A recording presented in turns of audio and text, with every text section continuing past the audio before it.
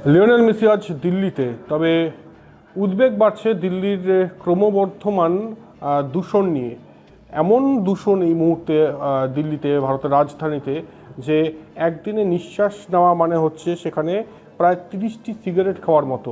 বুঝতে পারছেন? মানে এখানে আনুমানিক আমি একটা মানে টেন্টেটিভ একটা বলছি যে একটা দিন যদি আপনি দিল্লিতে থাকেন তাহলে 30টি সিগারেট খাওয়ার সমান হয়ে যাবে প্রায়। এই মুহূর্তে দিল্লির যদি আমি বলি AQI এয়ার কোয়ালিটি ইন্ডেক্স 498।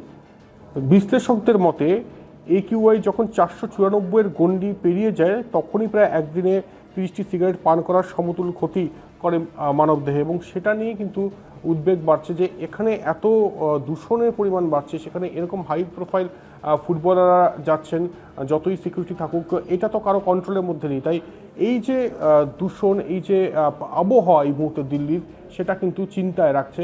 এবং আমরা জানি যে দিল্লিতে ক্রমশ শ্বাসকষ্টজনিত রোগের সংখ্যাও বাড়ছে। তাই যেগুলো কন্ট্রোলে রয়েছে, যেগুলো অর্গানাইজড ওয়েতে করা যাবে সেটা তো ঠিক আছে, কিন্তু এটা কি কন্ট্রোল করবে? এর মধ্যেই আজকে দিল্লি যাচ্ছেন লিওনেল মেসি, এবং সেখানে একাধিক কর্মসূচি রয়েছে।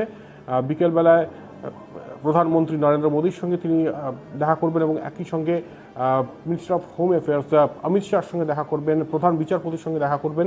তবে ওই একটাই চিন্তা মাথা প্রত্যেকের, সেটা হচ্ছে যে এই যে এত দূষণ হচ্ছে দিল্লিতে, সেটা কোথাও গিয়ে প্রভাবিত করবে না তো লিওনেল মেসি এবং তার টিমকে?